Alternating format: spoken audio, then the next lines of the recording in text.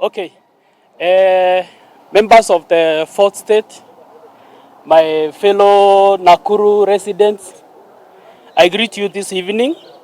We have gathered here today to echo all to give a statement on what Right Honorable Raila Odinga said about a dialogue, and we have come with our team and the residents of Nakuru, giving our statement concerning the dialogue that has been proposed.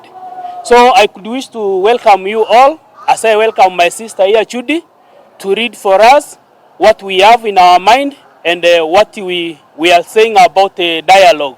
So I welcome you all, and please be with us on this conversation. Thank you. Welcome, my sister Judy. Statement on the state of the affairs for the dialogue. On behalf of the various organizations that we associated with, ranging from civil society groups, businesses, and political informations in the Republic of Kenya, having gathered here for half of the day to take stock of the state affairs in Kenya from June 2024, when youth-led countrywide protests to reject the 2024 finance bill. Wish to observe as follows, that we had our voices in support of the call of dialogue that has been proposed to address the long-standing issues that led to the start of the youth-led countrywide protest of the following conditions. That one, for the dialogue being proposed to be different from those that the country are done before, therefore must be demonstrated goodwill and good faith from key actors, more so from the government that has been at the center of the current accusations of failure to deliver on its elections promises. Two, that as the demonstrations of goodwill and good faith, we call on the government, MPs and elected leaders associated with is to refrain from hurtful and reckless statements that could otherwise incite communities against each other or poison the cordiality necessary to the realization of noble objectives for which the country seems to suggesting for national dialogue. Three, the government should desist from directing the police on how to deal with protesters and instead focus on restoring the integrity of national security agencies that has been greatly undermined in the last 1 year, particularly in the wake of extrajudicial killing and protesters. Number four, that for the dialogue being proposed to be truly intergenerational as it has been suggested, we would want to see representations of all generations, the boom, the X, the millennium, and the generation X, adequately and fully represented in all decision-making processes, including the mechanism of proposed dialogue processes. 5. That the key success of the proposed dialogue are accountability and justice for all those that have been aggrieved by acts of law enforcement.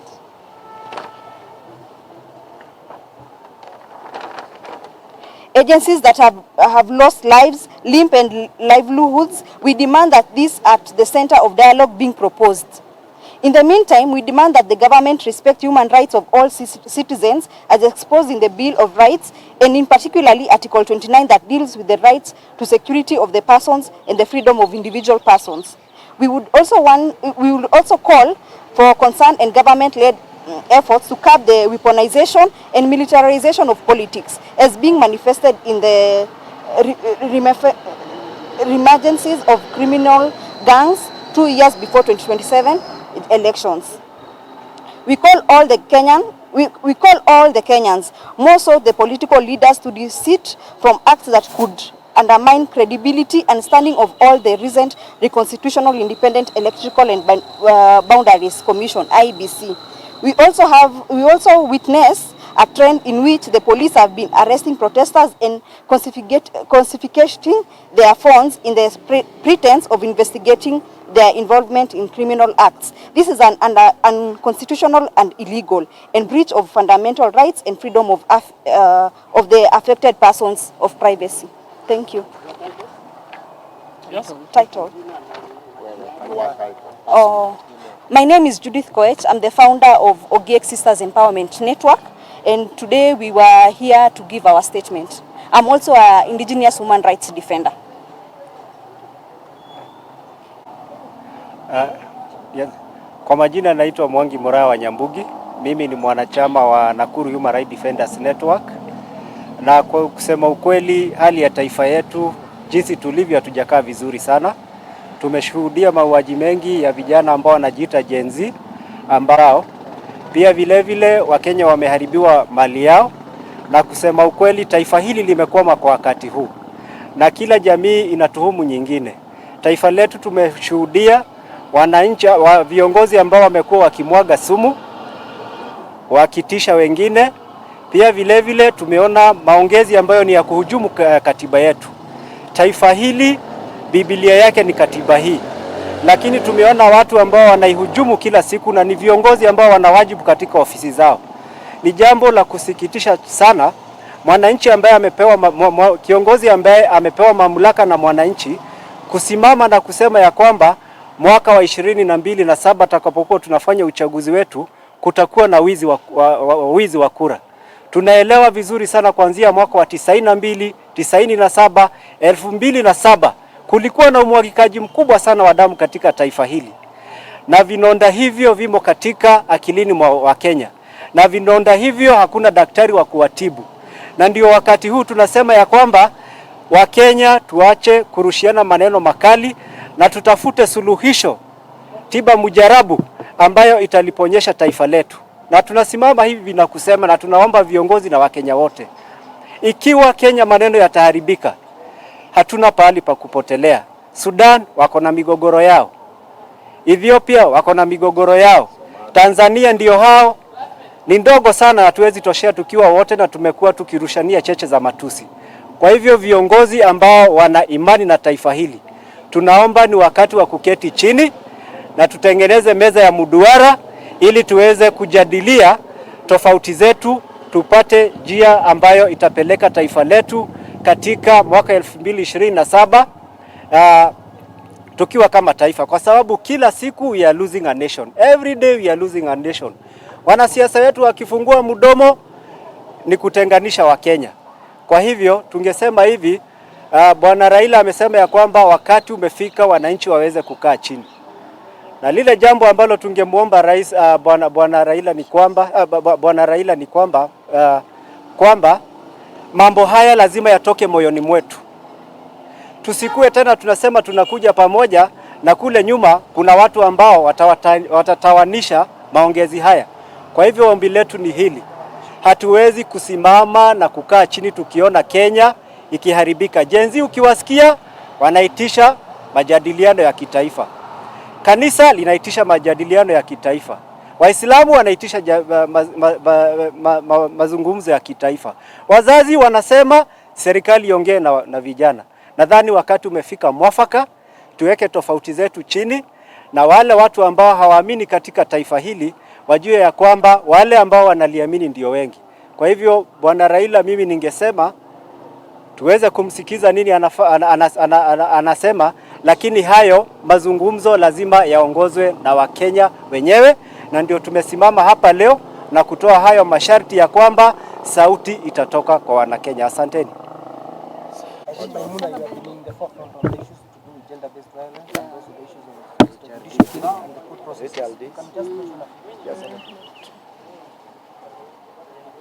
Kim, uko sawa? My name is Muna from Nakuru County. However, my mother and father call me Muna Mwinyi. I am a human rights defender and a Nakuru Human Rights Defenders Network here in Nakuru. Today I want to talk about the National Police Service. And when I speak about the National Police Service, all we are requesting is the police to honor, or rather to implement the part of service, because it is no longer Kenya Police Force. It is now National Police Service. So we are requesting them to stop police brutality, to stop extrajudicial killing, and also to to give us as right holders our rights whenever they arrest us. One thing that is very important, our police officers need to understand that they need to introduce themselves, tell us why they are arresting us, and where they intend to take us, so that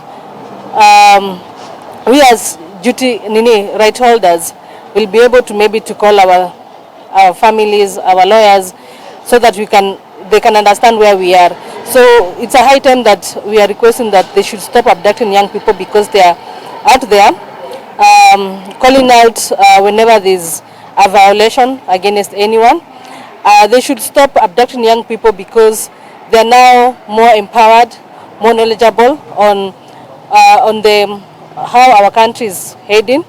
The National Police Service should rather accord us security, and to ensure that our safety is a priority rather than them violating our rights.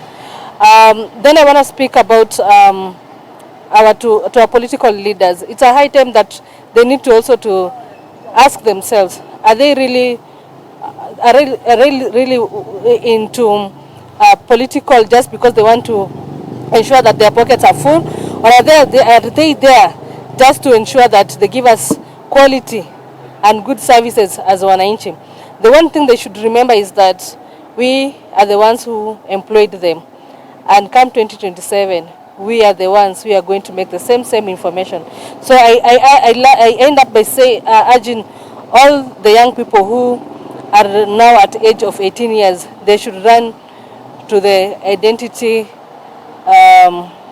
identification offices and ensure that they register, they get an ID card, so that when we come 2027, we have a good number. And they should not only just take ID cards, but they should ensure that they take the ID cards and run to the IEBC offices in their sub-county level, and ensure that they register and start familiarizing themselves with the political leaders who wants to vie come 2027. They should start grilling them, so that come 2027 they'll know who they want to be with. And they should not pick someone because this person has money, but they should pick this person because this person has implemented or done something for the community. This means if right now you're not doing anything, remember 2027 we're going to grill you, and we're going to ask you tough questions of what you've done for us. Thank you. Nakuru. I'm not a resident of Nakuru, but as some of you may know, I'm an activist of many years, starting from when I was a student at Ethekon. And so I'd been invited by these fellow friends that I met so many years ago, that I've known for many years, to try and share ideas with them. And so I do not have much to add, but to reinforce the fact that as a country, we have always moved forward, even if it is by one step. Every time we have put our heads together, and at a time when we appear to be disintegrating, we have had a mechanism of coming together and ensuring that we put our differences aside. Those differences, be they political, be they generational, be they identity related, we have always had this capacity as a country to put those differences aside. And our history as a country, dating back from independence, indicates that even the Kenya as we know it today was a product of talks that took place miles away in London at the Lancaster Constitutional Conferences. After attainment of independence and after our struggles for second liberation, again we have had occasions when we have put our interests aside and talked as a people. We remember the repeal of Section 2A was done after so much pressure as we are experiencing today. The IPPG reforms that enabled us to get rid of the detention without trial act that brought about multi-party democracy and so on have all been products of dialogue. And therefore, anytime dialogue is proposed, I think Kenyans should always be, seize the opportunity and find out what it is that we are being called for dialogue. The only thing that the residents of Nakuru have said is that this dialogue that is being proposed must be different from the others that we have had before. We have not had a dialogue that is all-inclusive. I know there are people who have challenged the Prime Minister and asked him why, his 10-point agenda, for example, have not been fulfilled. That was between him as the leader of ODM and President Ruto as the leader of UDA. That may not have been a national dialogue. And so we do not want the public out there to confuse small MOUs that politicians may have signed in the past with the current call for dialogue. The current call for dialogue, in our view, is different, and we are more excited by the proposal that there be a referendum, because when there is a referendum, there is collective ownership of whatever will have been agreed, and therefore every Kenyan will be out there looking for its implementation. And that is the context in which I joined my friends and colleagues in Nakuru to try to understand and take a position on some of those national issues. Thank you. Suba Churchill, I'm a human rights defender.